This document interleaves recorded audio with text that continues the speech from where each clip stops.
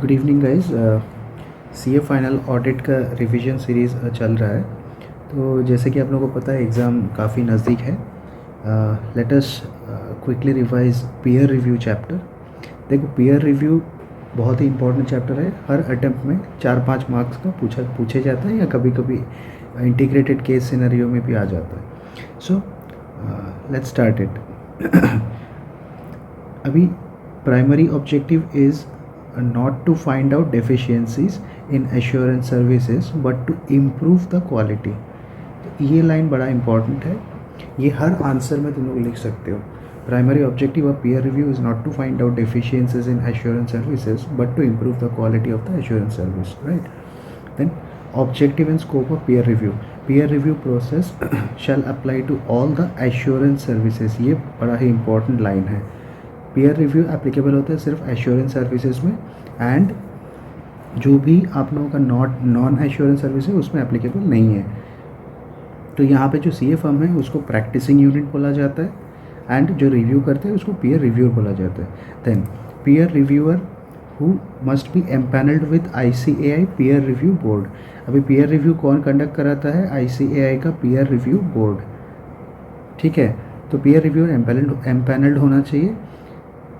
अभी जो peer reviewer है, he needs to keep in mind few things: compliance with technical, professional and ethical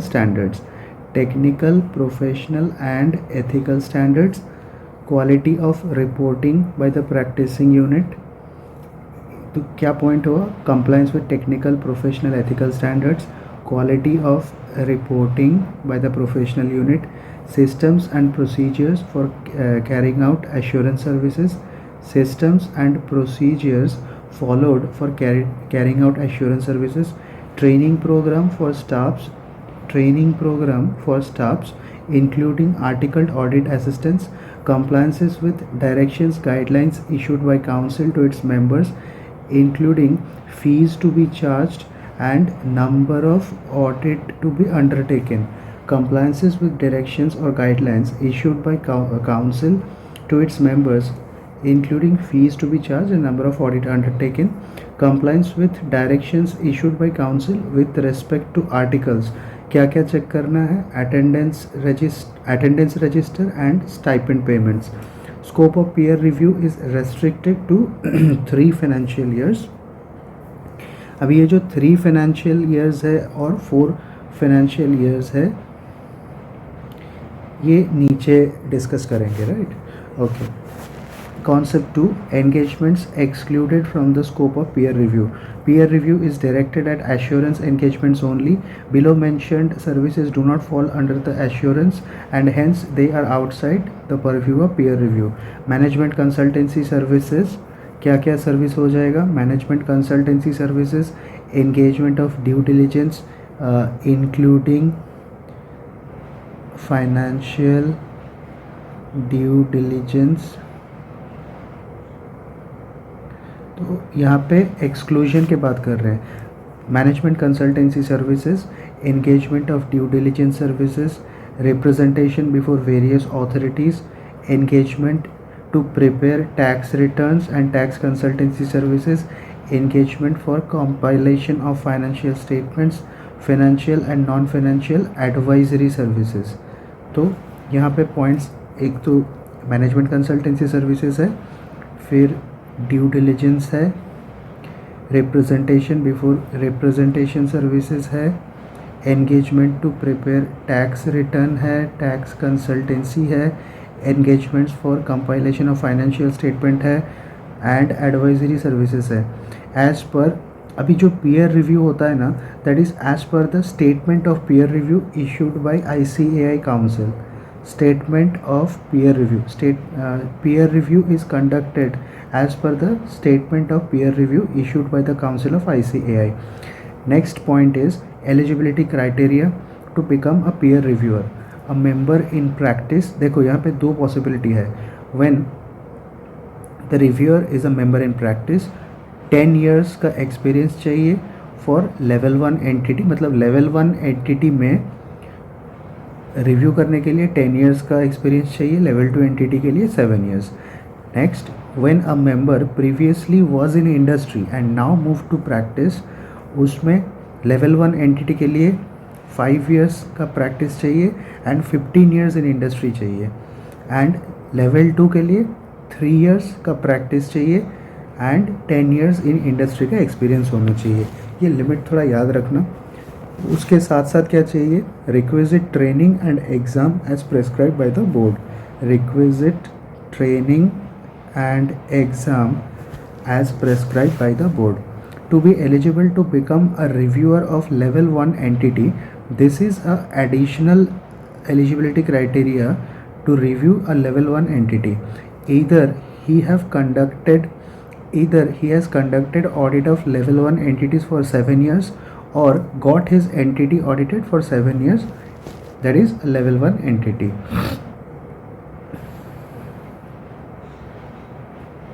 Then disqualifications of peer reviewer क्या क्या है.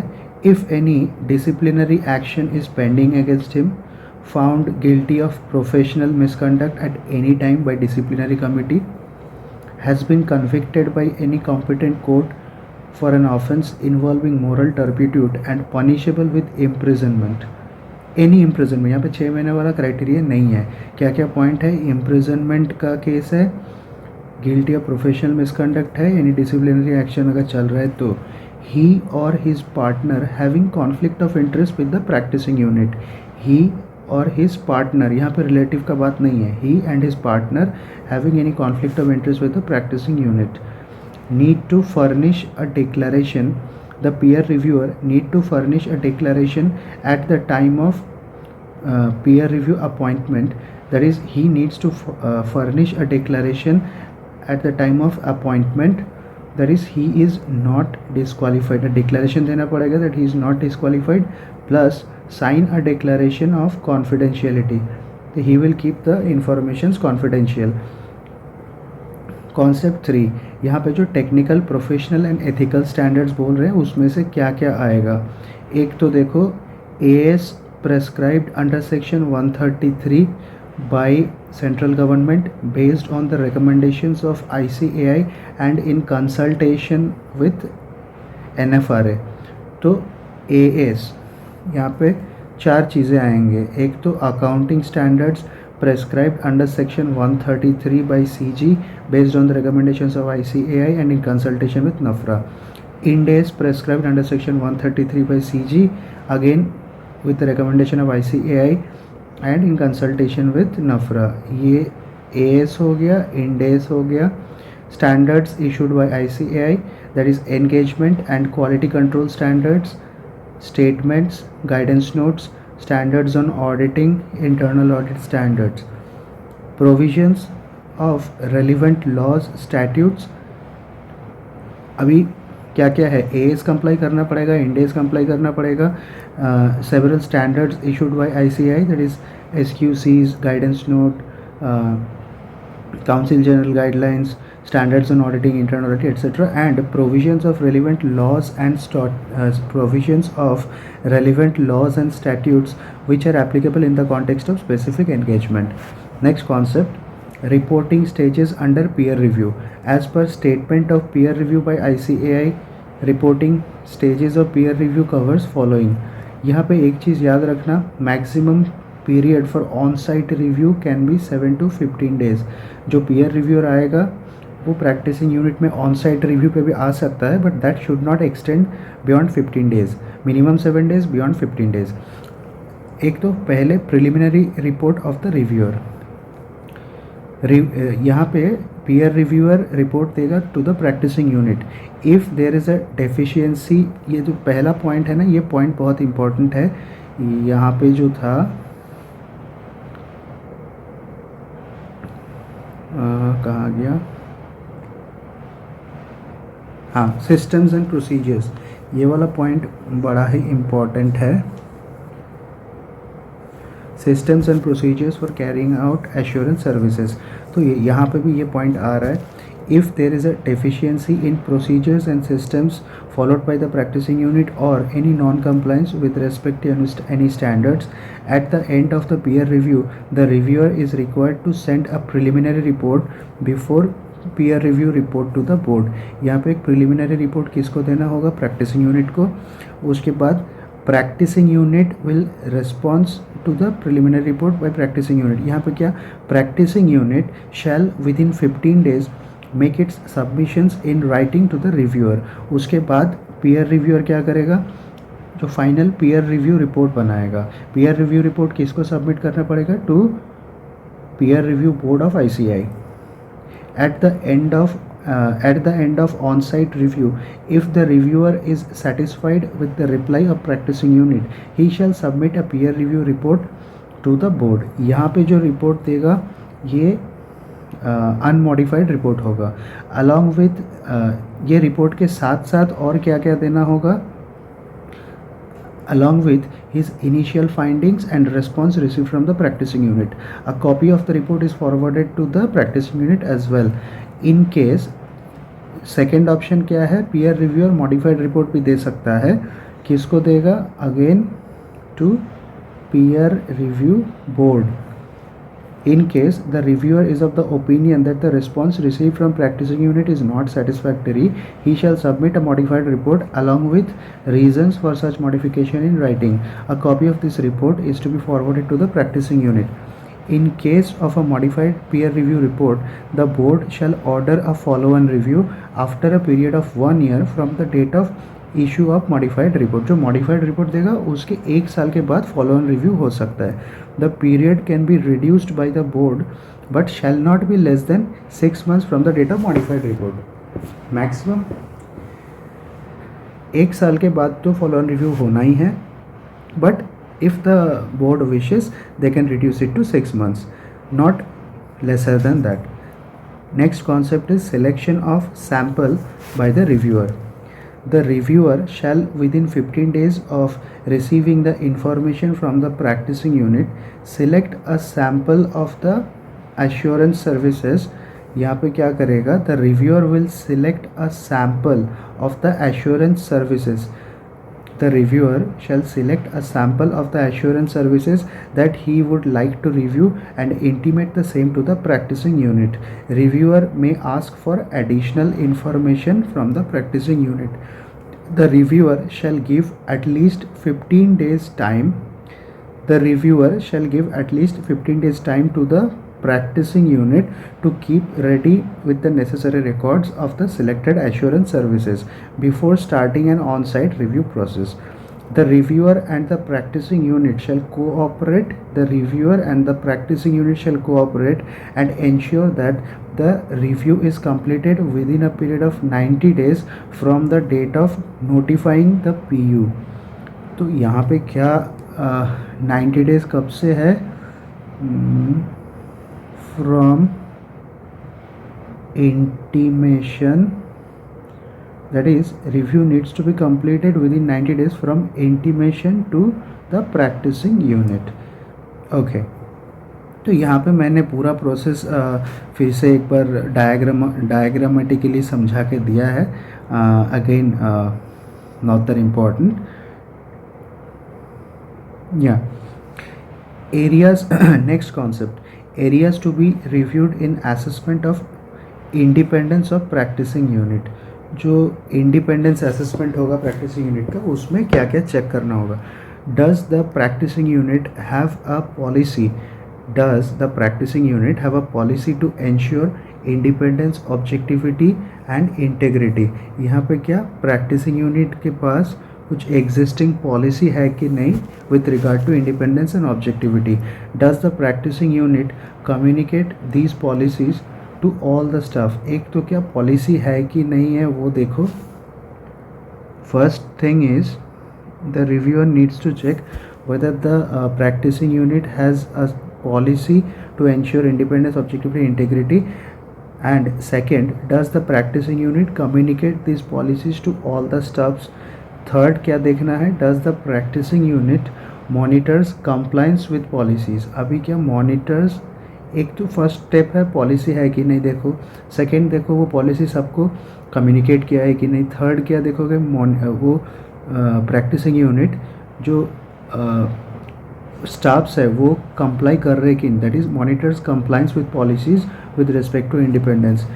Fourth step is, does the practicing unit periodically review its association with clients? Periodically review its association with clients. Periodically review its association with clients. That is, उसको continuation करना चाहिए कि नहीं. ठीक है. Next concept is inherent limitation of peer review. Reviewer conducts the review in accordance with the statement on peer review by ICAI, that is the peer review board. It's not an investigation, hence limited scope is there. The reviewer would the review would not necessarily disclose all weaknesses in deficiencies in procedure systems or non-compliance with technical professional ethical standards. Second point क्या बोल रहा है? The review would not necessarily disclose all weaknesses in the deficiencies in procedures and systems followed or any non-compliance with technical professional ethical standards. Third, any inherent deficiency in the quality control system may not be detected. Okay. Next concept is, there is a difference between peer review and quality review, right? Peer review conduct कराता है peer review board of ICAI. Quality review is conducted by disciplinary committee. Peer review is a review of the systems and procedures followed by an audit firm sampled by the reviewer. Quality review pertains to one particular audit conducted by an audit firm. क्या है? Peer review is a review of the systems and procedures of an audit firm. Quality review pertains to one particular audit conducted. It concerned with one particular audit conducted by an audit firm, and it is investigation in nature. Second point is, objective is to check the effectiveness of the systems and procedures. Objective of peer review is to check the effectiveness of the systems and procedures and hence improving quality of engagements. And quality review के case में main objective is to find errors, deficiencies committed by the auditor while conducting audit, mainly to find deficiencies in an audit. Peer review is a part of the activities of ICAI aimed at improving quality of services by its members, whereas serious errors detected, मतलब peer review is a part of the activities of ICAI which is aimed at improving quality of services by its members, whereas serious errors detected in a quality review leads to disciplinary proceedings against the member. That is उसने due diligence ठीक से नहीं किया, professional care नहीं किया, तो misconduct के हिसाब से डिसिप्लिनरी प्रोसीडिंग्स आ जाएगा. Concept 9, factors governing number of assurance engagements to be reviewed in a peer review. तो ये थोड़ा जनरल टाइप का क्वेश्चन है, क्या क्या फैक्टर होगा. Number of partners involved in assurance service in the practicing unit, number of branch offices or locations of the practicing unit, the fees charged or GST paid by the practicing unit, the nature and size of assurance engagements taken by the practicing unit, the methodology generally adopted by the practicing unit in providing assurance services, that is the procedures generally adopted by practicing unit. Standard of quality control generally prevailing in the practising unit. अगर quality control standard high होगा तो कम sample लेंगे, अगर standard of quality control poor रहेगा तो ज़्यादा sample select किया जाएगा. That means standard of quality control generally prevailing in the practising unit. And last is judgement of the peer reviewer. तो जजमेंट के बेसिस पे उसका ही will decide. Then if after assessing above parameters, if the CA firm belongs to a level 1 entity as prescribed by ICAI as per nature type of assurance engagements, that is यहाँ पे दो possibility है. On analysis of above parameters, if it is a level 1 entity, peer review should be conducted once in 3 years. If it is a level 2 entity, peer review should be conducted in once in a time of 4 years। तो ऊपर जो बता रहे थे कि वो 3 years वाला चीज़ें नीचे डिस्कस करेंगे, this is it. If it is a level 1 entity then peer review once in 3 years। if it is a level 2 entity then peer review would be conducted in once in a 4-year time। an engagement partner shall obtain declaration of independence। ये एक special point है। अभी क्या है, an engagement partner shall obtain declaration of independence from all of its engagement team members before the date of audit report. ये जो engagement partner है उसको डिक्लेरेशन ऑफ इंडिपेंडेंस लेना होगा from all engagement team members, but the date of the declaration should be before the date of audit report. This also needs to be documented. ये जो declaration of independence है, this also needs to be documented as per SA 230। So guys, this is the end of this cute little chapter, peer review. I hope this video will definitely help you in revising this chapter in a very quick span of time, that is around 20-21 odd minutes। चलो bye, मिलते हैं next video में।